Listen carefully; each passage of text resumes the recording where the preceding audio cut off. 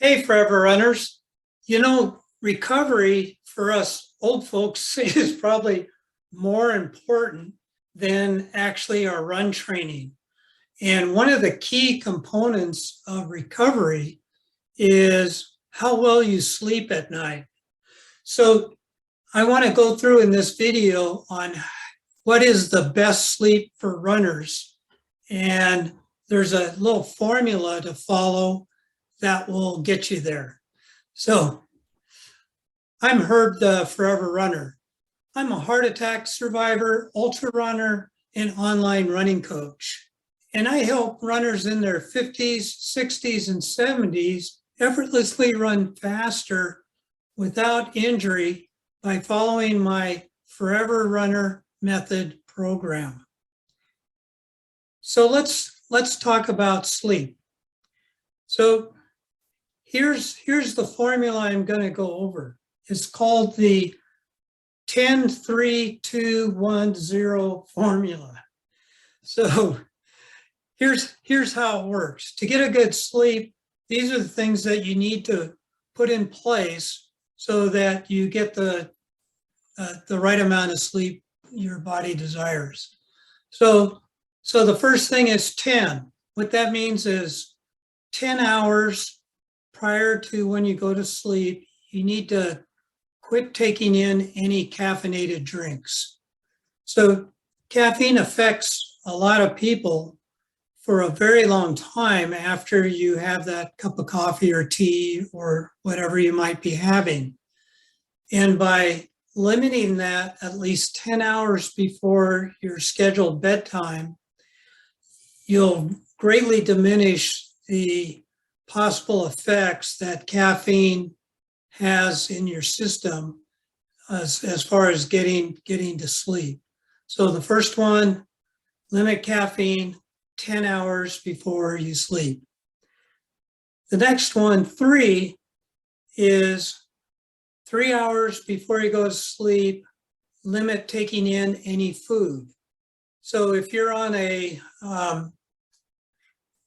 some sort of feeding window, if you're doing intermittent fasting like you should be, and you're doing a 6 or 8 hour feeding window, that feeding window should end at least 3 hours prior to your scheduled bedtime.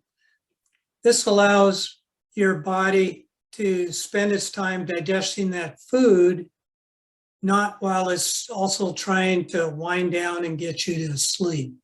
So very simple, 3 hours prior to bed, don't eat. 2 hours is the time that if you happen to be working late at night, then just cut it off 2 hours before you're scheduled to go to sleep.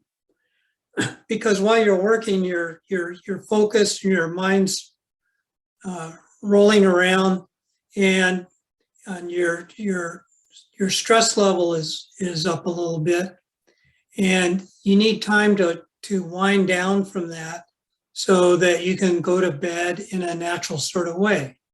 So if you're for some reason working at night, just be sure to cut it off 2 hours before your scheduled bedtime.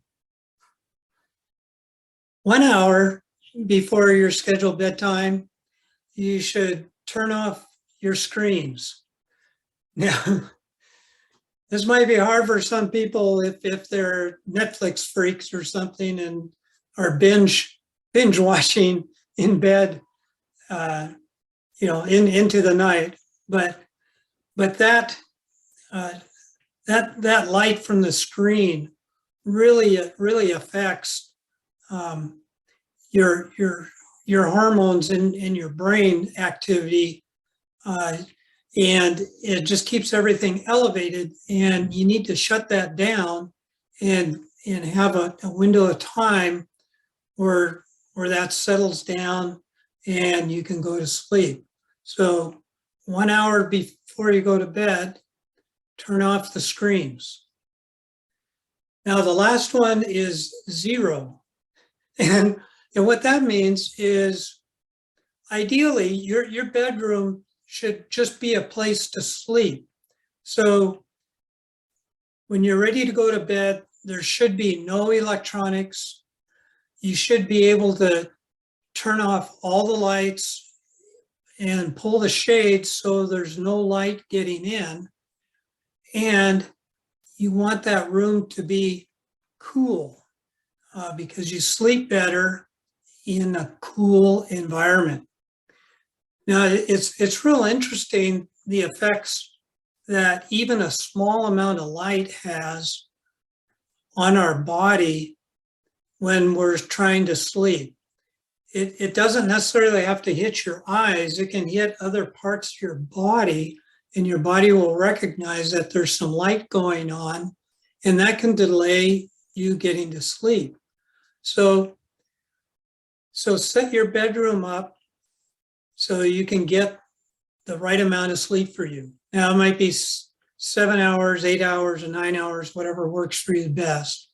But the main key is if you follow the 10-3-2-1-0 formula, then you shouldn't really have an issue getting to sleep at what your scheduled time is, and you should have a better restful sleep.